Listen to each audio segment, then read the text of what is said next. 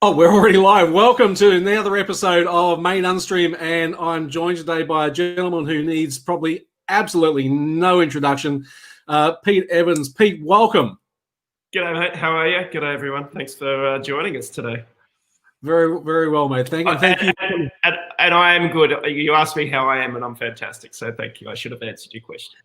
Mate, you're looking very well. And for those of you who don't know, Pete is a successful entrepreneur in his own right. In hospitality, he has also been one of the main hosts on a TV show for many, many years in the cooking space. Go and look that one up. And he's a staunch supporter of living healthy, whether it's food, whether it's mindset, whether it's just what we do to and with our bodies. So I know that everyone who's watching this, whether you're watching it on Facebook, YouTube, LinkedIn, wherever, you're going to love what's coming next. So, Pete, listen, you've been in the media a lot lately. Let's not even talk about that. Let's go to something you're really passionate about. Where would you like to start, mate? Oh, I'm happy to go anywhere. You talked about entrepreneur. That's an interesting one. Yeah, let's discuss that, because I haven't really talked about business before on any platform, and it seems to be it's an interesting one, because over the years that I've been in the mainstream media, nobody's really wanted to talk to me about that. It's been sort of the taboo topic, even though a lot of my detractors will say Pete's just in it for the money.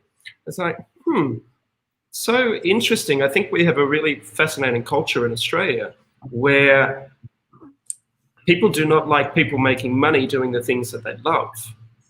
And let me repeat that again. Certain people have an issue with people generating an income and a livelihood doing something that they love.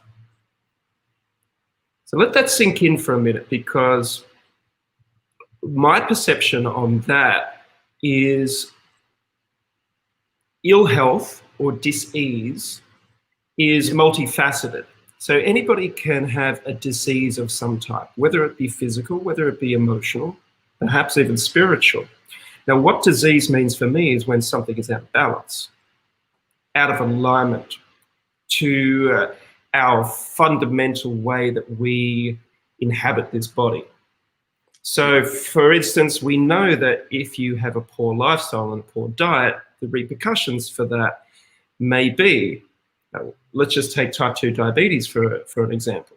We know that 90 to 95% of this, and that's probably being conservative, is based off the food that we eat. We can develop type 2 diabetes by continuing to eat a high carbohydrate diet, and that the evidence proves that, okay? At the same time, you can reverse type 2 diabetes in 90 to 95, even maybe higher percent of the cases, just by changing your diet. Now, the other parts of health is our emotional well-being and our mental state. And that can also be influenced through the food that we eat, because we know that there's a thing called a blood-brain barrier, or a gut-blood barrier as well. So foods that we eat, if we're sensitive to them, or we have an intolerance to them, or they do not fit our human physiology or evolutionary way that we've evolved over the time, if once we put something into our bodies that our bodies don't really know what to do, it can cause inflammation. Now, when people think about inflammation, they're normally thinking about the inflammation of the body, bloating or whatever it may be, or pain. But not many people link the inflammation to what can happen in the brain, to how we think, to how we behave, to how we feel. And that can be directly related, in some cases, to the food that we eat. But in other cases, it can be related to the way that we think about ourselves and our place in the world. Do we come from a place of lack or wanting more, or we don't have enough self-love for ourselves or for our fellow human beings? Do we play the victim where we blame everything for exactly where we are in the world, or do we take responsibility and accountability for ourselves?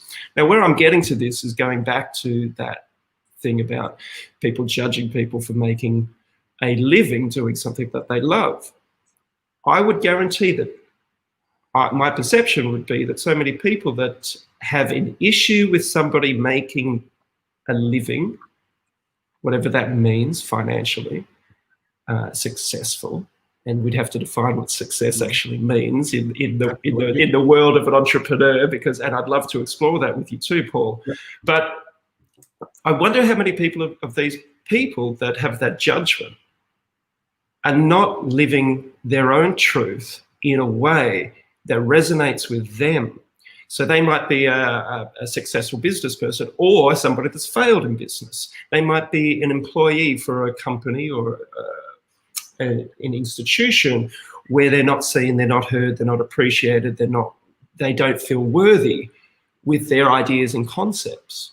So all of a sudden they get resentment, they feel out of alignment, and then they may see somebody that is successful, having a great time living their life, doing the things that they love, and also creating an income, which may be and I've had a wonderful career so far, and I don't even think I've started, to be honest with you. And what I mean by that is the older I get, or the more wisdom I have, sorry about that light there, the more wisdom that I get, the more in alignment I'm making my choices that benefit me and my passions and what I would call my purpose.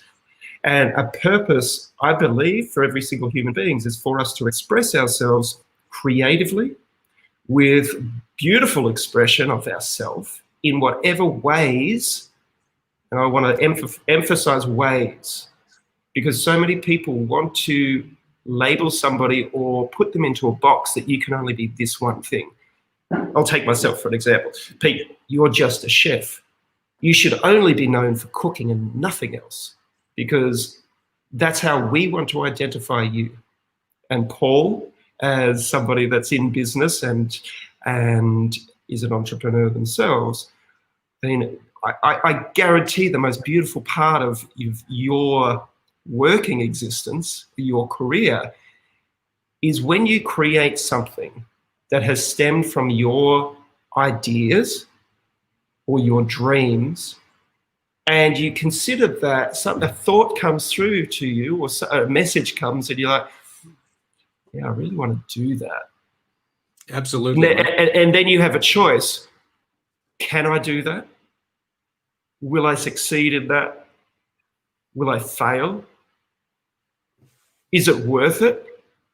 Is that really what I want to do? Or is that what other people think I should be doing with my professional credentials? Should I retire? Should I continue down this path? Whatever it may be, you are completely responsible. And when we go back to the entrepreneurs, some of the books that I've read and some of the interviews I've listened to with very successful, what people would say are successful business people, is that the best time of their lives is when they've got that sparking of idea, and they look into the future to see how it can come to fruition. And once they make that decision to turn it into an action and start that momentum, that's when great vitality, great health, great enthusiasm, great passion, that's when you can work 100-hour weeks without feeling it. And you turn your dream or your concept or your idea into a reality. Now, whether that succeeds or doesn't, the beautiful part of that is that creation of an idea. And when we have that in alignment with what makes us happy, what brings us joy, what brings us passion, that's when you know you're in alignment. And that's generally when the universe offers you all the tools and the coincidences for you to achieve your dream.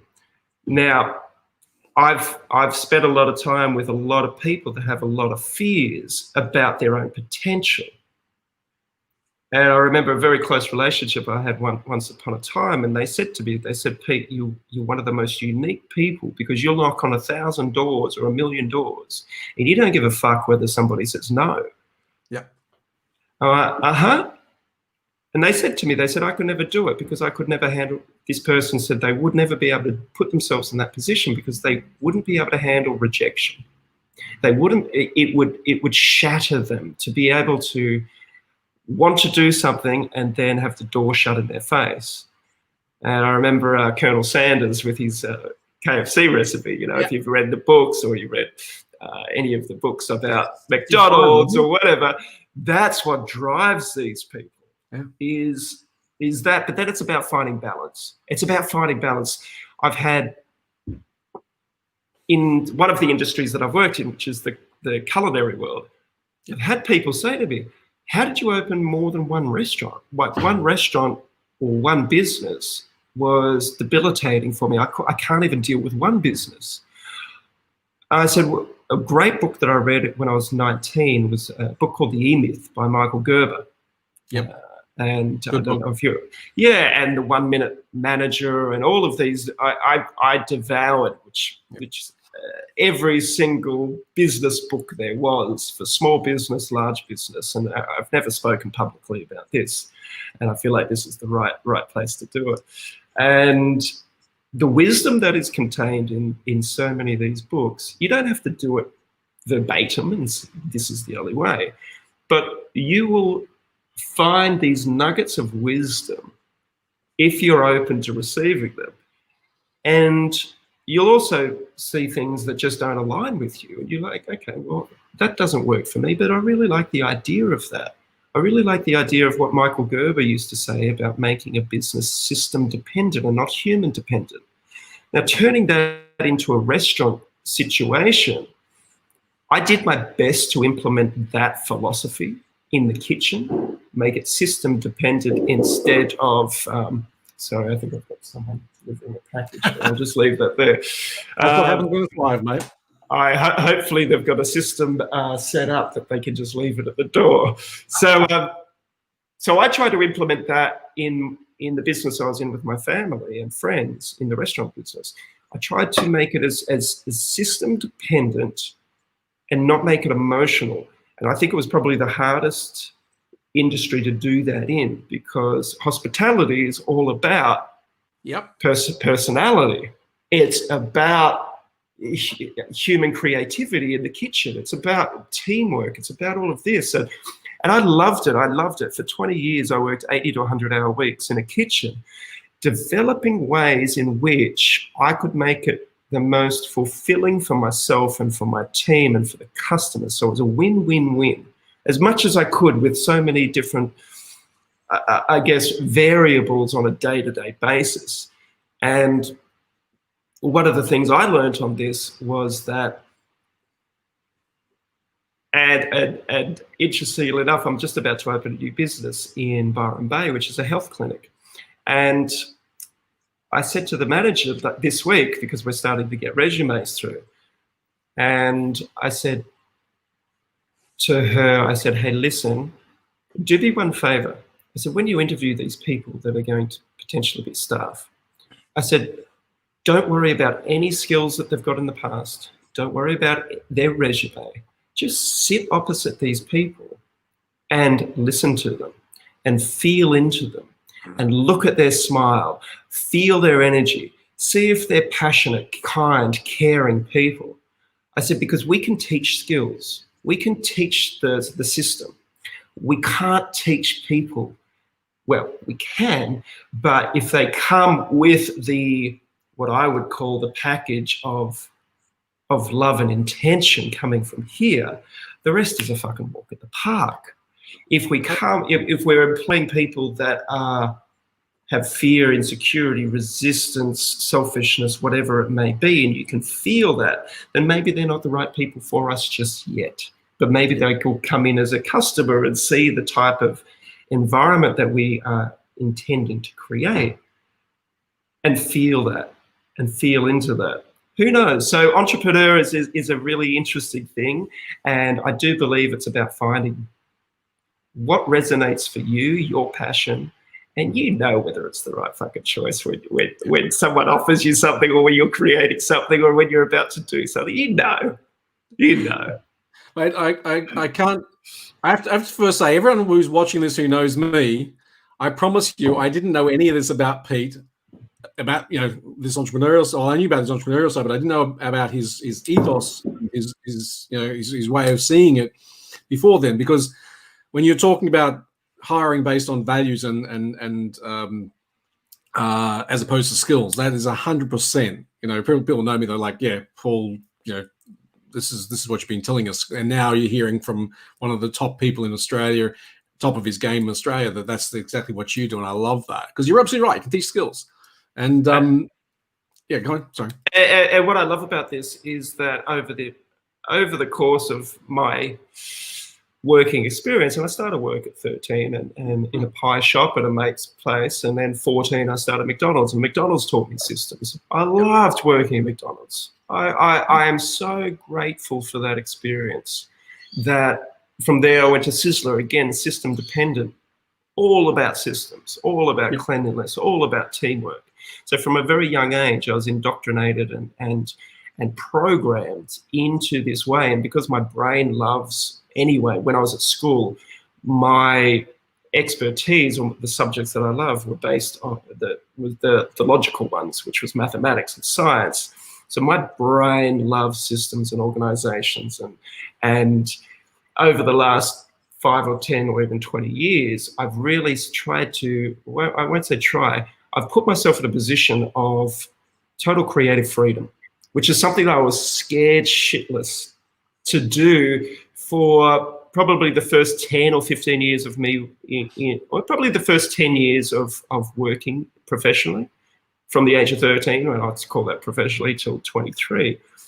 I was so system dependent that I was so fearful of my own ability to create something.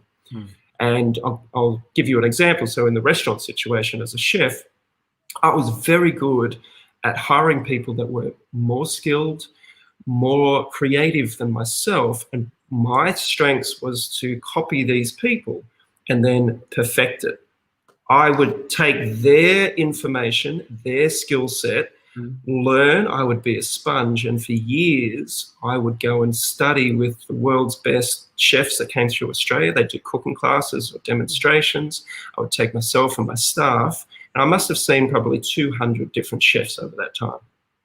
And my intention was look at them, listen to them, study them, work out how they deliver their message, what I like, what I don't like, see their philosophy on how they combine flavors and their philosophy on food, work out what suits me and what doesn't suit me, and then copy their recipes over and over and over again and make them, if I could, equal to them, if not better. That was always my intention. And in the restaurant game, when I used to run the kitchens for 20 years, my whole focus was every dish, consistency, perfection, make it better than the last time, make it better than the last time, make it better than the last time. And it's interesting, about at the age of 25, I thought, okay, I'm really good at this. I'm really good at copying. I'm really good at tweaking. I'm really good at improving. But where's my creative side of this? I'm like, oh, fuck. So, because I knew it was a weakness.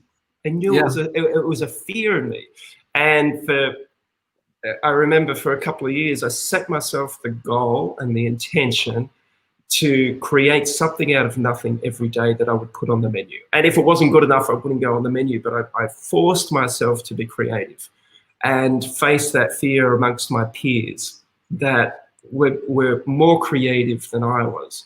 And I did that, and I did it. And I won't say I was as good as the other people, but it doesn't matter. The fact is that I went into that realm to face my fears, and I've done so ever since, whether it be hosting a TV show, which was never on the cards for me. It was like the worst horror show that I could ever imagine, public speaking and being seen. Worked out okay though, right? It took a long time to be comfortable. It took me, without exaggerating, 6 years. Wow. Of sheer pain and terror. That's the only way I can describe it. It was such a foreign and I would say a horrible experience having to step into that space. But when it was offered to me, I said no. And then it was offered to me again a week later. They said, hey, we really want you to do this audition. And because of some of the spiritual and emotional work that I'd done in the past, I was like, oh, fuck. The universe is inviting me to walk this path. I just knew it. I was like, there's something in this for you, Pete, that this is going to be a decision that will change your life. And you have the choice, face your biggest fear, and that was my biggest fear. Mm-hmm. Being seen, being heard, being center of attention. Because all of my life I had hidden from that. I'd been shy. I'd been, it didn't feel like my voice mattered or appreciated. My father or grandfather used to say, children should be seen and not heard. And, you know, that programming over and over. And so stepping into that fear, it took me a long time. And I did everything that I could to overcome that fear. And that was through different modalities, different healings, different therapies, different books, it was, again, I've got to get to a point of neutrality in this, where I'm not affected either way. So I can walk in front of a room of 1,000 people or ad-lib something like I'm doing now and not give a fuck. And that's always my intention. How can I get to a point of neutrality where I'm not triggered by an emotional response, by an invitation to do something, whether it's by myself or somebody else? And when I find that there's fear from an invitation, somebody just asked me to step into the MainUNStream again recently to go into a show. And I was like, what is this? Is this fear? Is this ego? Is this the right path? Is this going to benefit my future in many ways, my family, my whatever? And it's an amazing how once you're aware of how you think and your beliefs, then you can make powerful choices. And the more we sink into that and feel into it and not just go on autopilot, when we're consciously aware that every day we get to create our lives, we get to co-create, we get to manifest our dreams if we choose to, or not. Or we just go along on the hamster wheel and other people dictate who you are and what you feel. And totally agree, mate. I'd like to come back to three things that you said, if I could. Firstly, with regard to, is that fear or whatever, and I totally get that fear. For me, the distinction is that fear is just meaning we give to something that's happened. It's a story we create based on paradigm. Mm-hmm. And fear and faith, they're two parts of the same thing. Light, dark, loud, soft, hard, soft, loud, silent, whatever.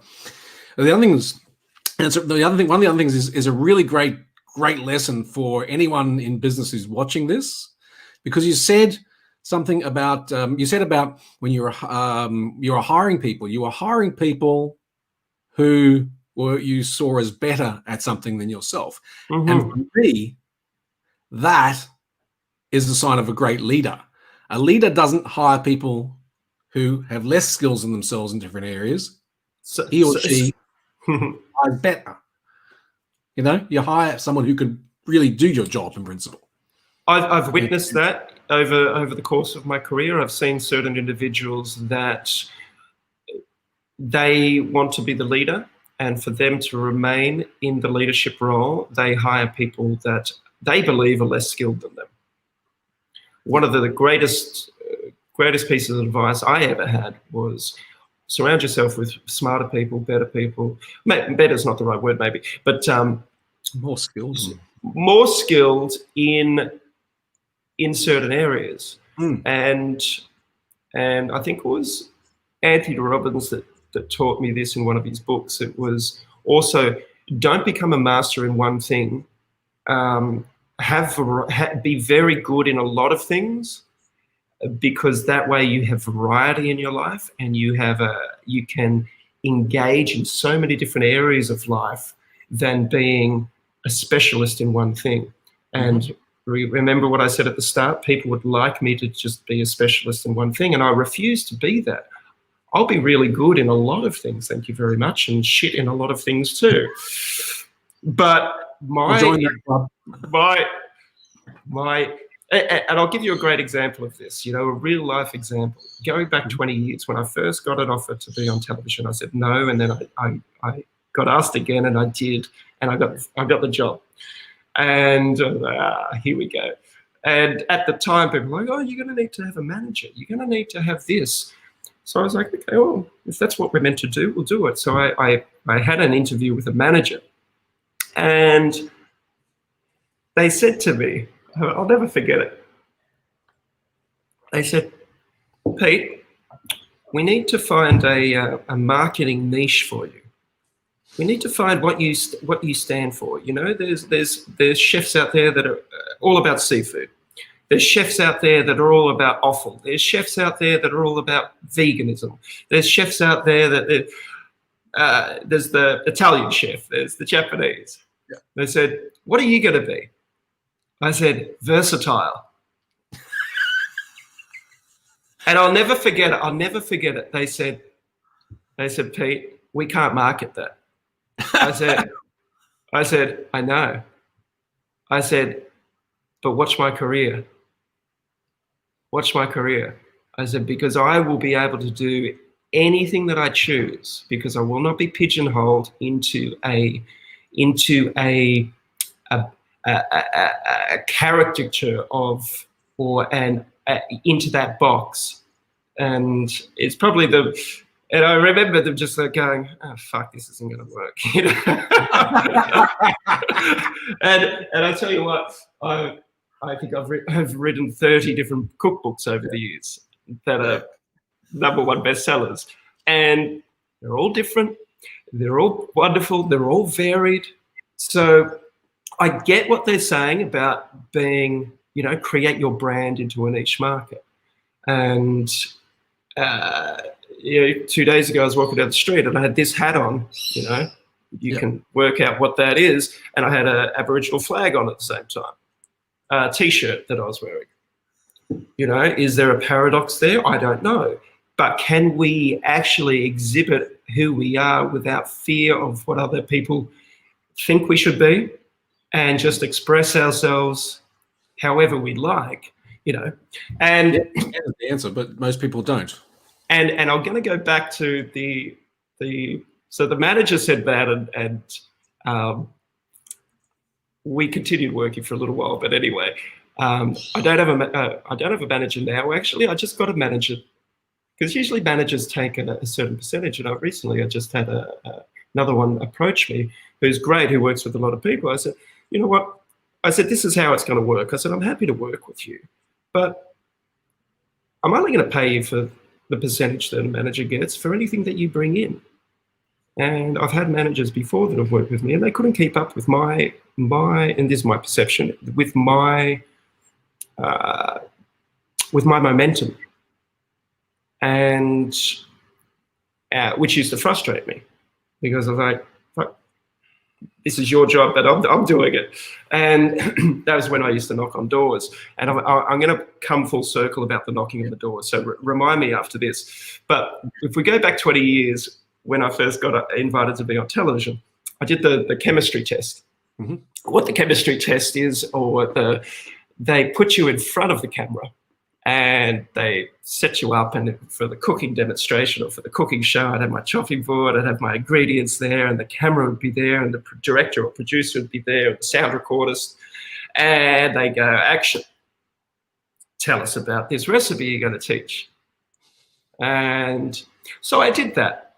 I was like, okay, so here we're going to make fried rice, for instance. Yeah. The ingredients you need for fried rice is this, and we're going to turn it into this. And I remember when I was a kid, I used to have fried rice, so I used to go to the China, blah, blah, blah. After about half an hour of that, the producer or the director said, hey, we need to stop. They said, basically, you're terrible. Uh-huh. And you said, you asked me, right? Uh-huh. I said, you asked me, you hired me. And they said, well, we're going to have to fix this because it's just not powerful enough. You're just not good enough. They said, why don't, and it was just when Jamie Oliver had hit the big screens. And prior to that, there was a guy called Ainsley Harriott. Yeah, I remember Ainsley. He was a very colourful character. Oh. And they said to me in that, they said, Pete, why don't you try being a little bit more like Jamie Oliver? And why don't you try being a little bit more like Ainsley Harriott? I said, that ain't going to happen. I said, I cannot fake who I am to pretend to be somebody else, because if I do that, then I'm fucked. I'm stuck for the rest of my life. And it was like the same thing that happened when I went in for the audition for the thing. There was a decision that that went through my head. It was like, you can drink some alcohol or perhaps snort some cocaine to get yourself into a position of not being so fearful. At that time, this is going back 25 years ago, and I used to be a different person than I am now. And I thought about it. I thought, if I take anything and then I get the job, what's that going to mean? So I was like, all the time. And it's so interesting. Over the years of my experience in the TV industry, there are people that's what they need to do to perform. Yeah. That's what they need to do to perform. And I'm not saying all, but some need that courage from an exterior or an outside influence to be that person. Hey, we're on. Come on down, whatever it may be, you know. And you watch the destruction of these individuals because they put themselves into a position of reliance on an external influence for them. And it's so fascinating. So I said to these people, I said, I can't be Ainsley, I can't be Jamie. All I can be is myself. And I said, if that's not good enough, cool. I said, I've got my restaurant, so I'm happy cooking with my team. I said, but you asked me for me. I'm giving you me. And I'm terrible at this. I'm the worst TV presenter in the history of TV presenters. I knew it. They were desperate. Yeah. They were desperate to have somebody, because the person that they'd hired pulled out just the day before they were meant to film this new show. They had mental problems, and I said, use me if you want, or don't use me, but this is me. And I said, I have the most amazing work ethic. I will give you 110% each and every day that you have me. I promise you. That's what I can give you. I can give you my authentic self, but I can't be somebody else that you want me to be. And 20 years later, I'm still being me, and I haven't had to use any external influence to do that. And now I'm completely comfortable on stage, on a podcast, on a top-rated TV show, because I don't give a fuck about what anybody thinks about me. Yeah. So we've just heard another one of your keys to success, quite frankly, and anyone who's listening is take note, right? Authenticity. I've noticed that myself. That's one, and the other one is hiring people who are better at you in something. That are authentic themselves. Who are authentic themselves, absolutely. Because if you hire people who you perceive as not being as good as you in whatever way you perceive that, right? But instead of perceiving them instead of hiring people who you perceive as being better than you are never going to pull yourself out of that business. You are never going to be able to exit at any level, and the business will rely on you. And it comes down to your systems thinking, which is really cool. I've got something for you here. I'm sorry, I'm taking over, but I think this is pertinent to the listeners if they're involved in business. Yep, go for it. I was a perfectionist. I was a perfectionist. Everything that I did in the restaurant space and the kitchen space, I was a perfectionist. I'm a Virgo, whatever that means, but apparently Virgos like to have everything in their place and have the systems. So I was a perfectionist.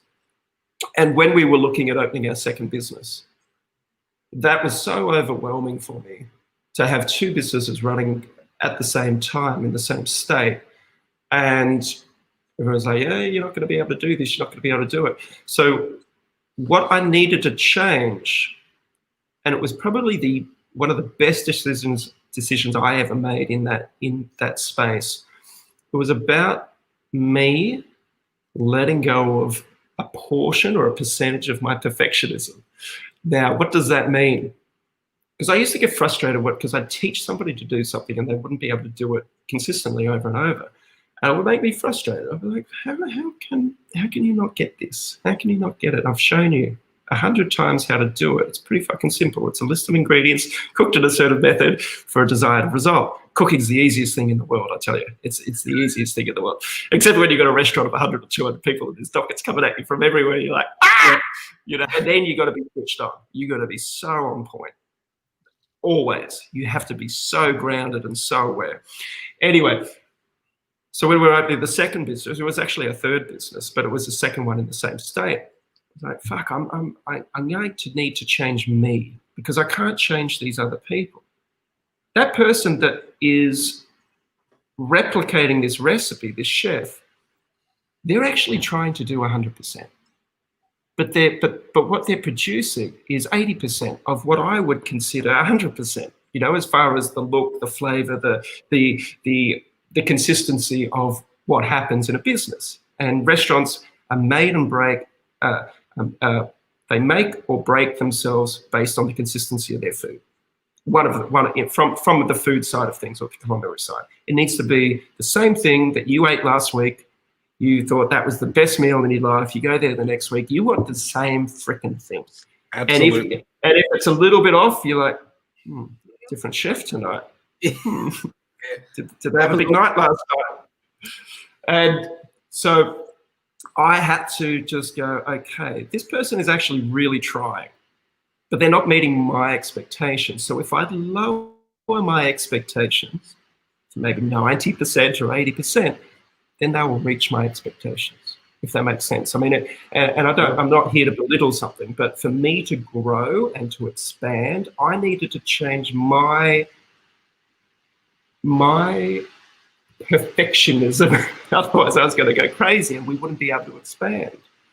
And I actually had to think about it. I said, from a customer's point of view, there might be, for me, it might be 10, 20% between my version and their version. But would the customer really know? Would it just be, it's pretty good. That was a good meal. If they were producing something that was terrible or shit that they'd send back, then we've got a problem. But actually, that's pretty damn good. I'd still be happy to eat that. Maybe it's not perfect, but for the customer that's sitting there with a glass of wine and they're sitting opposite their loved one and they're having a good time and they're just eating and they're not analyzing it like I'm analyzing it, maybe that's okay. And that was a great awakening for me and a great awareness, and it took a lot of pressure off me. And I'm not sure if anybody's listening that has staff members that you're frustrated with, and you're like, how come this person can't fucking do it like I want them to do it? But you know they're actually doing the best that they can. Yep. You know, so sometimes we have to change and not expect others to change. And that can be very humbling. It can be very frightening as well. You're like, oh, my business relies on this level of expertise. What would it mean if it dropped down a little bit? You know, and maybe medical professional, that can't happen, you know. That's why they're trained to be, you don't want a 90% job when someone's cutting you open or removing a tumor, for instance. You want 100% consistency. But certain businesses can have a little bit of leeway, I think. And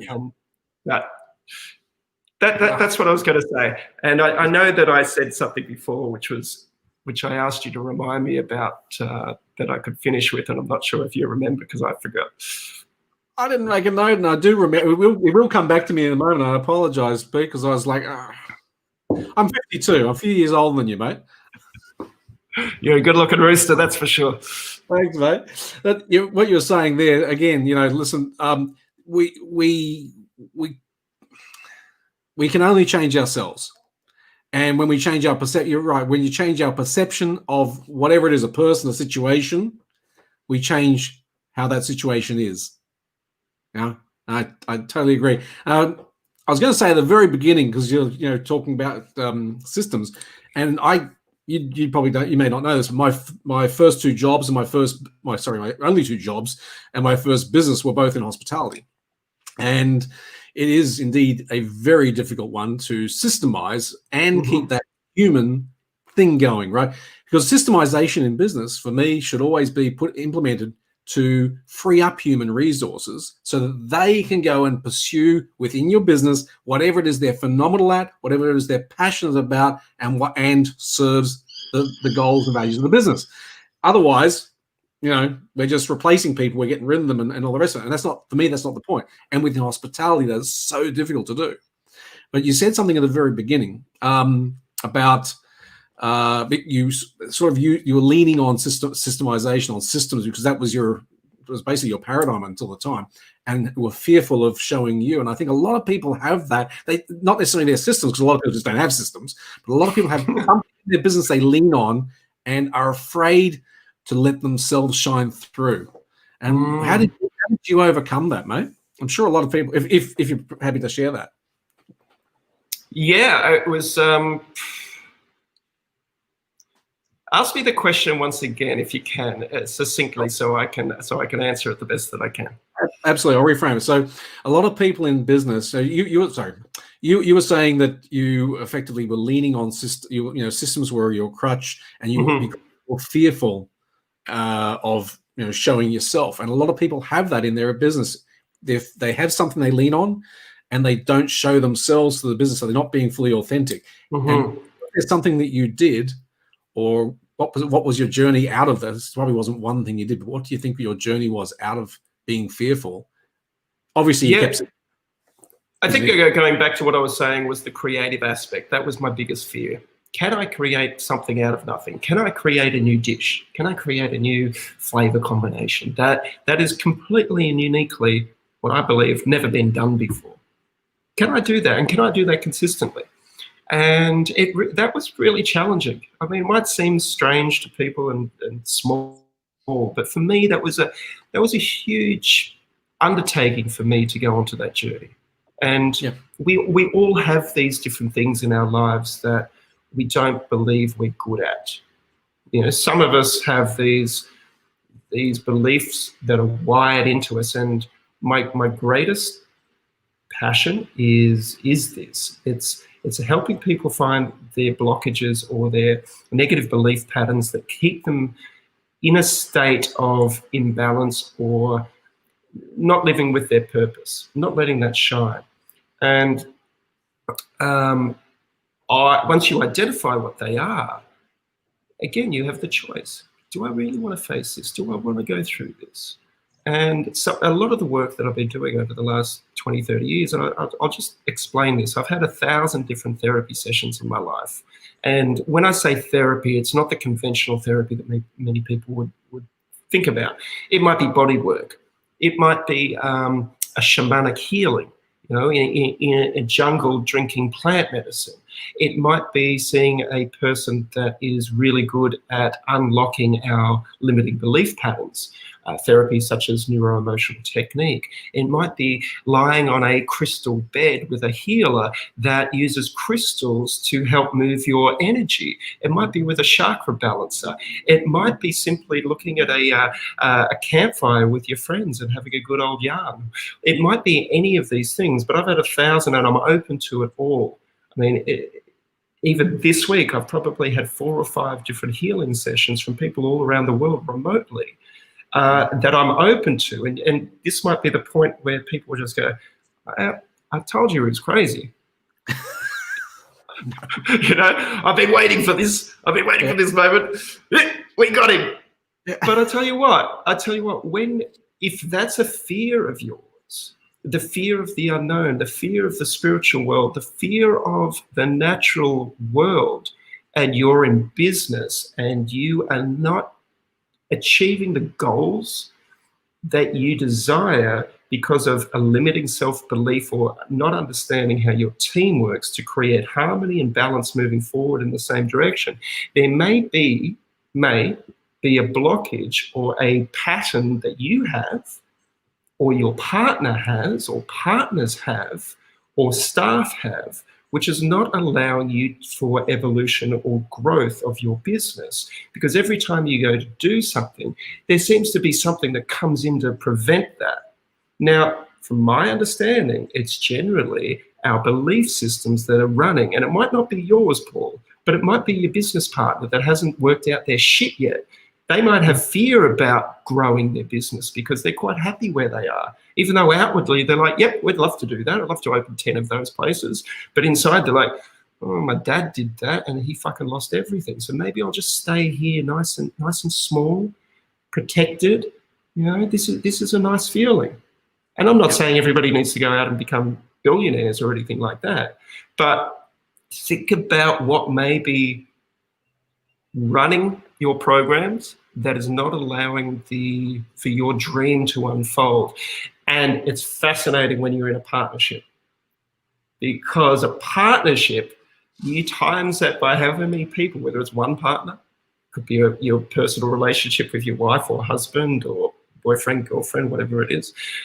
And especially when it comes to a family business, a lot of people are in family businesses, and even in a family, we all have different roles and different beliefs that we've adopted in us.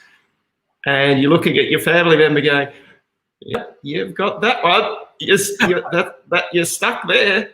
But you want to, your trajectory is that way. But they've still got insecurities and fears about their own success or their own their own belief about failing. I don't give a fuck if I fail. I couldn't care. I can live on, I used to work for $3 an hour as an apprentice chef, and I was as happy then as I'm happy now. And it's this interesting journey that we go on, but I will just say that if you do have a fear or a blockage or a situation in your life or business that you can't seem to resolve, or it keeps repeating, because that's what patterns are, they keep repeating. Have I got a staff member that keeps stealing from me? Have I got a business partner that has stolen from me in the past? Am I watching my competition grow at a rate that they're not even as good as what I do, but they're achieving great things? What have they got that I don't have? You know, this is when you start to look at it not just from a systems point of view, but you start to look at what I said at the start. Yep. How am I physically? How am I emotionally? How am I spiritually? Are there any imbalances or blockages there that I might need to have a pretty fucking hard look at and go, yeah, I don't want to look at that, but yeah, I do have a fear around failure. I do have a fear around being seen. I do have a fear of playing in the big boys or girls group of business. You know, I don't know what it is, but and I want to go back to something that I learned many, many years ago with my staff is and I'll go back to the chef analogy here. I used to watch Gordon Ramsay, and people would always say, why is it that Gordon Ramsay yells at his staff? And I said, well, probably for the TV, it's entertainment and it's the hook. But they said, well, why are chefs renowned to have a bad temper in that industry? And I said, well, there's many reasons. I said, what I would perceive, the reason that chefs yell at their staff is because they're terrible communicators. They're terrible teachers. They're terrible leaders, because they themselves have not taught that person to do what they need to do. And I was discussing this before about the 80%, 90%, whatever it may be. But if you have a leader that is a terrible communicator, then it will never be a pleasant journey. And when I was 17 years of age, my first job as an apprentice, I worked in a hierarchical system of chefs, and I was physically and mentally, emotionally abused on a day-to-day basis, just for going into work and wanting to do a job. They would be in this belief pattern where they thought that as soon as somebody new comes in, they need to belittle, they need to denigrate them, they need to cause physical and emotional pain to break them. And fraternity hazing. What I learned in that situation for me was, and I remember it to the day, because I pulled a knife on this guy, and you have to understand, I was the shyest, scaredest 17-year-old you could ever imagine. But it got to the point after 3 months of physical and emotional abuse. And I said, I grabbed my knife off the chopping board. I said, if you ever say this to me again or do that to me again, I will use this. I said, it stops now. It fucking stops now. I'm not your plaything. I'm here to do my job. I'm here to learn from you and your colleagues that are laughing at me. That's your job, is to teach me, not to break me, not to inflict mental whatever games. I said, I'm here to learn a craft that I have chosen. I ended up leaving a couple of days later. That guy ended up having a motorcycle accident. It wasn't me. A few months later, broke both of his arms, both of his legs. And what I learned from that situation is, if ever I got into a position of authority or leadership, and I don't like the word authority, but I would make sure that I taught my team or my staff from here, from the heart, and with passion and compassion and understanding, that to create a great team, we don't need to do it the way that it's always been done. We can do it. We can create a new system. We can create a new way of learning. And you can ask anybody that's ever worked with me over those 20 years of me running restaurants. I guarantee you they will say Pete was probably the fairest, most generous, most easygoing boss or head chef or owner of a restaurant that they'd ever worked with. And I didn't do it to make my life easier, even though it did make my life easier.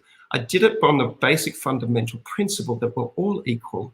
We all want to contribute. We all want to express ourselves. We don't want to be in fear and intimidated because it's the way that it's always been done. And you can make parallels right now to what is happening in this country and other countries with this virus. Yep. Right here, right now. Intimidation, fear, not being a victim, not having control over your own actions. And which is why I stand up and I'm calling out the bullshit as I see it, is that I've dealt with bullies in the past, and right now we are seeing the biggest form of bullying, I believe, that has ever happened from mainstream media, from our medical professionals, from our government, that has ever transpired. And we have a choice. We can go along with it and take the abuse, take the ridicule, take the impositions for a false narrative, or we create a new system. We create a new system based on trust, compassion, understanding, love, education, information. We can do this. We have the ability to do this on a large scale. Most people, and I'll generalize here, are fearful of that situation. They're fearful of their own power. They're fearful of being able to make a stand for themselves and have a voice for themselves. And I tell you, you've got nothing to fear. You've got nothing to fear by doing that, by opening up your voice and expressing what you think and feel. And I will go back to what I learned in business with my staff, and I never saw them as them working for me. I saw them as working with me. We were a team. And I had these amazing two chefs, and they've worked with me for the last 13 years. They're twin sisters. And over the years, they have basically done so much work for me, but I actually haven't had to do anything with them. I could see their potential as leaders. I could see their potential as human beings, being able to express themselves and have great responsibility. I was like, you just do what you want to do.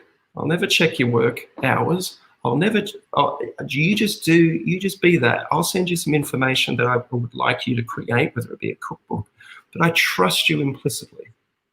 I trust in you as a human being to be able to take responsibility for your job and turn it into something better than what I could do. It's not that I give you that power. I trust you to be the best version of yourself for this desired task. And that's a very different paradigm or philosophy for a lot of leaders to, and it doesn't mean you just let them go free. You know, you still need to check over the work and everything like that, but actually letting people shine. You let them shine, I tell you what, they will produce the most amazing work that you could ever imagine. Yep. And it blows my mind. It blows my mind to watch people suppress other people's potential because that's the way that it's always been. Let me offer it, because a lot of you, you're right. Some people listen to that and say, "Oh, yeah, but you can't let them run riot or whatever." Let me offer a bit of context for those people who may think that way, and I'm going to tell them straight out. I don't often tell people they're wrong. I'm going to tell those people who think that's right straight out they're wrong. Authority that is imposed is a very weak authority. Authority that is offered is true authority. And there's a difference between offering authority and elected authority. We elect people, and X percentage of people elect those people, and they offer it up. The other percent don't.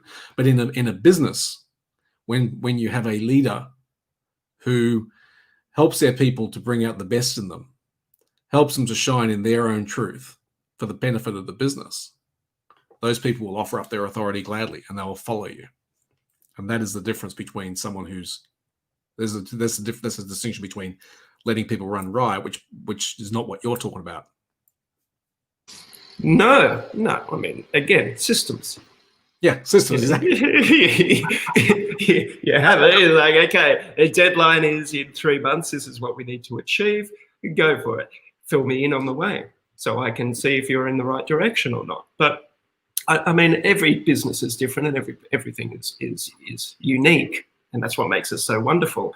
And what I find about this, going back, and sorry, there's building works going on if you can hear that. What I find so fascinating about my personal journey, and most people would know me as the guy off television or the guy that promotes a wacky diet of meat and vegetables or seafood and vegetables. Like, he's a nut job. He promotes organic meat and wild caught seafood and organic vegetables that haven't been sprayed with poison. Lock him up. And the reason that I love doing what I do and have such versatility in what I do and have such freedom in what I do, and I'll repeat that, I have complete freedom in what I choose to do. No one can dictate to me what I get to do in life. Yeah. Freedom is paramount. Freedom is your ability to make your own choices on a day-to-day basis that's not influenced by anybody else. You can work in a team and come together for a common good. I'm not saying to be selfish, but your day-to-day routine, whether it be what you eat, how you sleep, who you sleep with, who you have a relationship with, how you think, you have complete authority over that. Nobody can take that away, even though it seems that that is starting to happen with what's going on in the world. I think there's a push for less and less personal freedom and less personal choice. And I believe that if it keeps going that way, then you will see a movement rise up to challenge that. It's happening in different parts of the world now. It's happening in New Zealand. And if you had a fellow there last week who's not a politician, but he started a movement to say, hey, enough is enough. This doesn't make sense here. This does not add up. Never underestimate the power of one person. I tell you that, regardless of their qualifications, regardless of anything. All it takes is that courage, that strength, that conviction. He might not succeed in what he wants to do, but fuck, at least he's had a go. He's had a go. And the reason that I loved being versatile and that I can wear many hats, whether it's a Bunnings hat or a Make Australia Great Again hat or whatever it may be, is that I've chosen that. And the benefit that has come from me exploring the health modality, whether it's diet, whether it's how we think, how we behave, how we move, our connection to nature, is that what I get in return, my return of investment for everything that I've studied, and I conduct about 3 or 4 podcasts per week with leading scientists and doctors from around the world. I put myself into the position of a student, so I don't know everything on a day-to-day pretty much basis. I have the intention, I'm the student today, I am a student today. What am I going to learn? When it's time to put the hat on as a teacher, how am I going to share that? And what has been the most beautiful part of this and my return of investment is ongoing, beautiful, sustainable health for myself and my family, which is cannot be debated by anybody because I am the facilitator of that, and I know how I feel on a day-to-day basis, and I will adapt whenever I'm not feeling powerful or strong or healthy or resilient or full of passion and full of life's purpose. But the return of investment that I get, and it's not in a monetary way, because I have to tell you, I have invested millions of dollars of my own money without a return on that financial investment, because my intention is to share messages out to the world that can then create a return of investment, which is a better society, a better population, a healthier population. And the great thing about what I and others do in this field of sharing information to help people feel better is that those people that end up changing their lives, that have more vitality, more strength, more passion, more sparkle in their eyes, is that they go out there and then they are those beautiful expressions of creativity, and all their dreams can start to manifest and co-create with our dreams. Because at the moment we have a society or a Western population that 70% are overweight, obese, have chronic illness, are on multiple medications.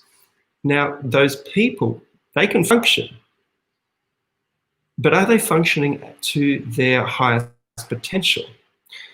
Are they struggling to get through the day because they're in pain or suffering or lethargic? Are those ideas that we talked about at the start of the conversation, those ideas that we come to us about what we would like to achieve in this life, what we would like to contribute to community or society, what we would like to create out of nothing? It could be a piece of art. It could be planting a herb garden. It could be volunteering at the hospital, in the children's cancer ward. It might be something else. It might be starting a business to help other people. It might be a new, whatever it may be, a solution to some of the world's problems. I guarantee when people are functioning from a state of physical vitality, emotional clarity, mental clarity, and spiritual purpose, that's when we will create a much different world than what we currently have. So that's why I love doing what I do, and the people that I interview love doing what they do, because they're getting long-term sustainable results for their clients, their patients, their friends, their family. And that's where the magic happens. That's where the magic happens. That's when we do create a better environment, a better life for our children and their children, and so on and so on it goes. And we remove these layers of fear. And I feel like that is happening at the moment with what this virus has offered a lot of people, which is to re-establish their values, or to look at their belief systems and have a little bit more time on their hands, and to start to question the authority. And what I mean by that is there are so many small businesses, medium-sized businesses, even large businesses that are decimated, destroyed, obliterated, or hanging on with life support at the moment. And someone's going to plug soon, so that one, they're going to be dead too. And by the way it's going to get even worse. And I'm not here to put fear into anyone's out there. Any extra fear, but by what looks like is happening. And remember, we always have a choice. We do not have to let that happen. We do not have to let that be the reality. Just because a few people have decided that of some flawed science or to look like they're part of the pack, so that their asses are covered. I'm telling you, what's going to happen is there's going to be some serious stuff going down in the future if this continues to go down, because humanity will rise.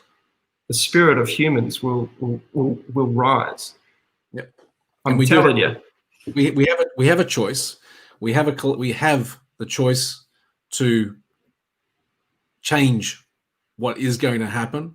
There is a unified field of consciousness which we all plug into, and we can affect that change. It's just a question of it's not a question of whether we can. We can. It's a question of, are we willing? Are we willing to stand up and be awake and be counted? Well, I'll finish with this, if you don't mind. So most of the people that I've had 100,000 people that I know of do my online course, which is about to come offline. We've offered it for free.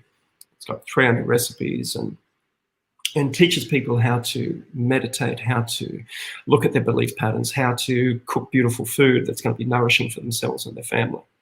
And out of those 100,000 people, guess how many people have come to me and said, "Hey, Pete, that didn't work." In this day and age of social media and TripAdvisors and Yelp and people commenting negatively or positively, guess how many people have come to me and said, "Hey, Pete, the 100,000 that have done the program said it didn't help. It made me sicker." I'm going to guess quite cynically, a very large percentage. No, it's none. Excellent. Wow. Zero. Right. You won't hear that in mainstream, right? No. And it's amazing what can happen when people take responsibility for their own health, for their own actions. And my demographic over the years has been generally 50 to 80-year-old women. Okay. And the reason I'm bringing this up is because where we are in society at the moment, right now, is these people that have trusted me and generally and my colleagues, we were the last resort. They had exhausted pretty much everything else that was out there. Modern medicine, and I love modern medicine and holistic medicine together equally. I'm not bagging one or the other. There's issues in all areas, but I'm open to it all. But they'd exhausted so many different avenues that they didn't find the solution that they were after. And the last thing they was like, okay, fuck, I've heard some people get better using Pete's philosophy, and I didn't create it, just by the way. There's some amazing doctors and scientists that created this and have done the work. I just translated into delicious recipes. And my strength that I've worked out is I'm a bridge between mainstream and natural or alternative. So that's I understand my role in that. And these people were at breaking point. They were suffering so much that they had to question themselves and go, I don't really like what that Pete Evans guy, if I've got to go down that path, it's my last chance, but I'm willing to do whatever it takes to feel better. When people are put into a position, some people will not change until they're suffering and in so much pain. Now, my question is, with what's happening at the moment, with the businesses being closed down, with the travel restrictions, with people not being able to see their loved ones in different parts of the world or different states at the moment, how much suffering will it take? Will it happen this year if it continues to go? Will people keep living in pain and suffering? Because we know that that's usually the breaking point. And some people will then go, okay, I've had enough. I can't keep doing this.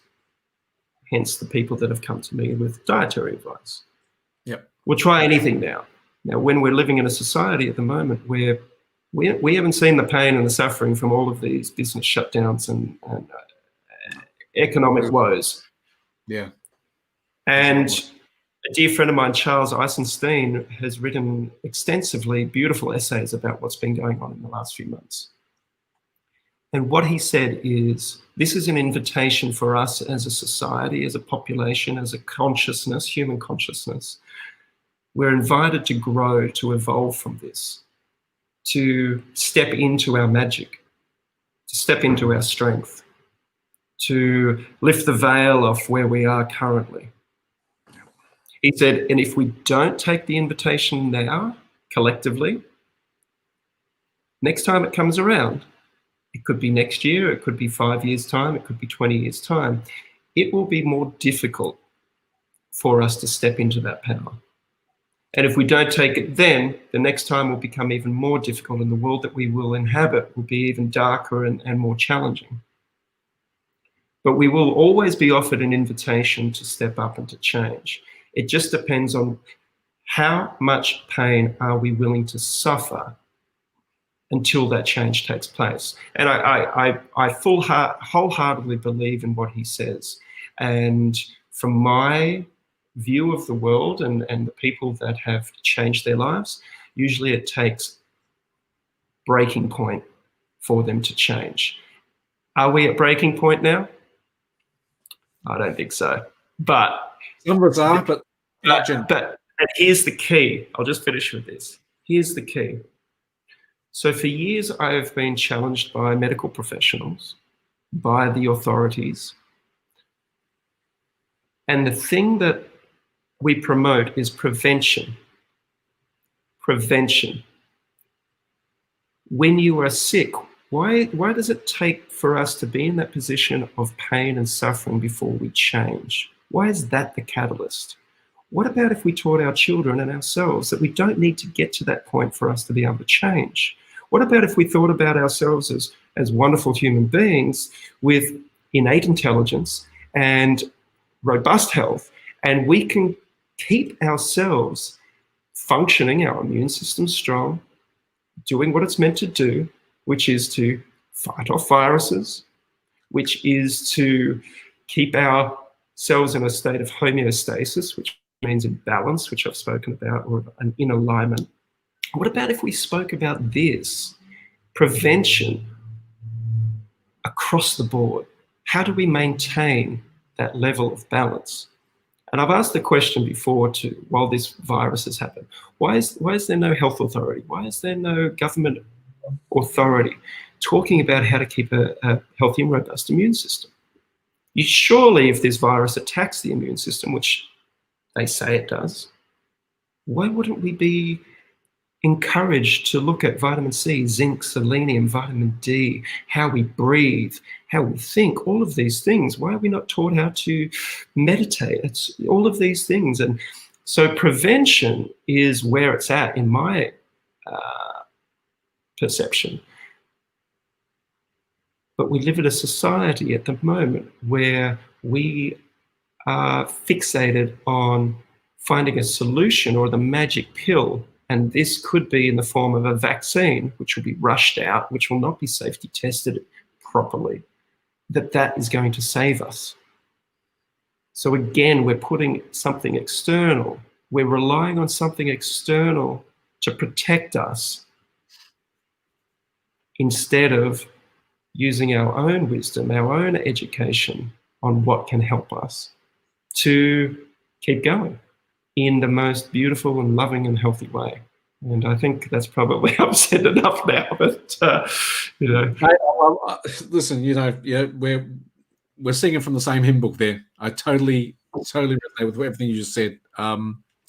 Yeah, and I know you're short on time, and I really am grateful for you hanging out with us today and just truly sharing such an inspiring story. I've actually never heard your entrepreneurial journey explained anywhere, and I've looked at a lot of stuff that you've appeared online and where you've been talking online. And anyone who's been listening to this has just had a personal development and a business development course in about an hour and a bit.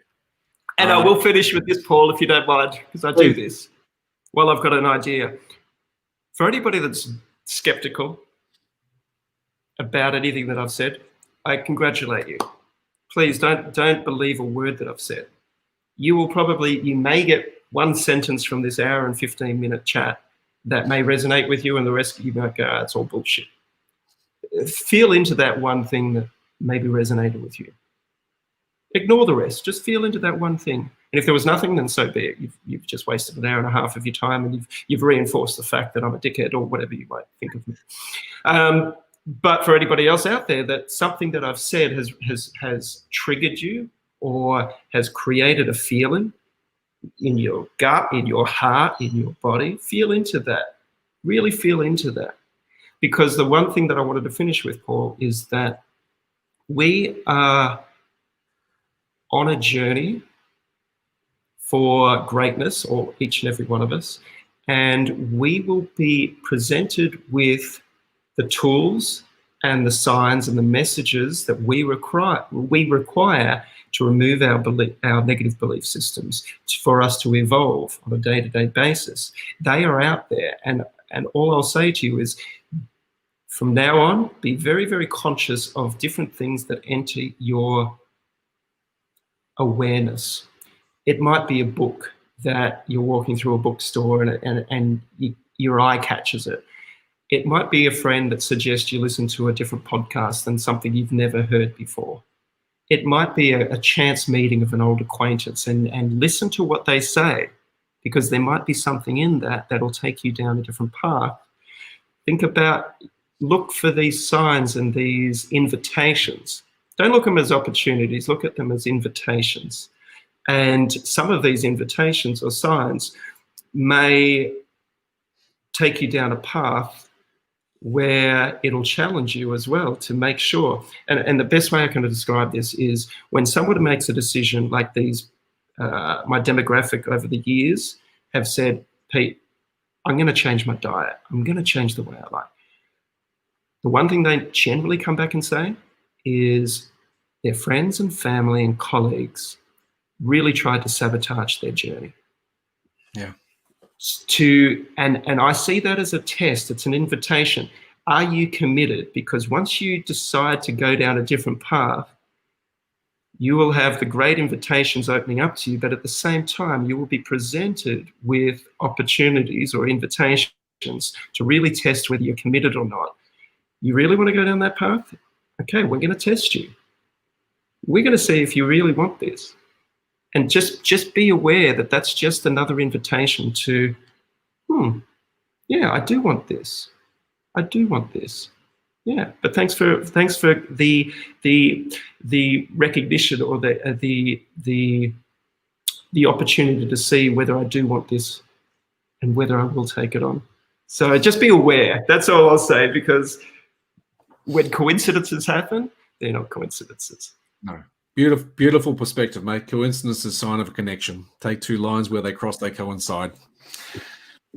Anyway, Pete, listen, thank you so much, mate. It is, like I said, it's been an inspiring hour and 20 minutes.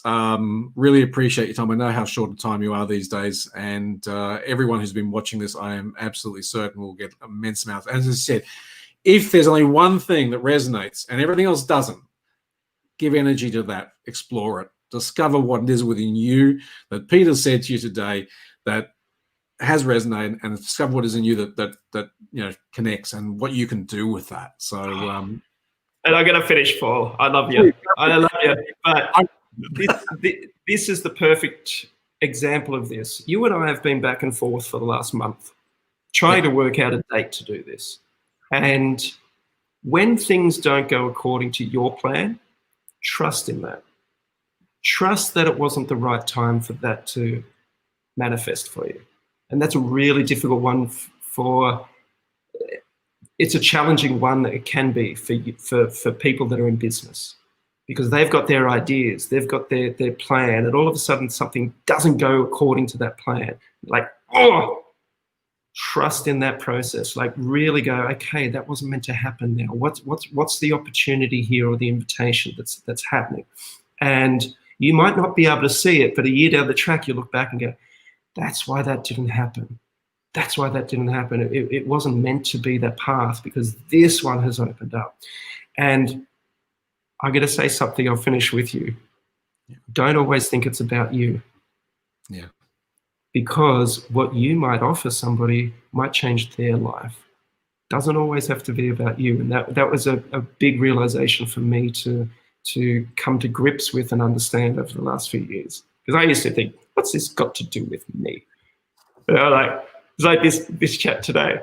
I don't think this has got anything to do with me. I think it's for one person that's out there. That could be it. But I don't know. I have no expectations. Beautiful. I'm not going to say anything else. Anything else is superfluous, my friend. Thank you so very much, Pete. Have a great day. Thanks, everybody. Thank you, Paul, and thanks for letting me butt in all of those times too. But I love you. You too, mate. All the best. See ya.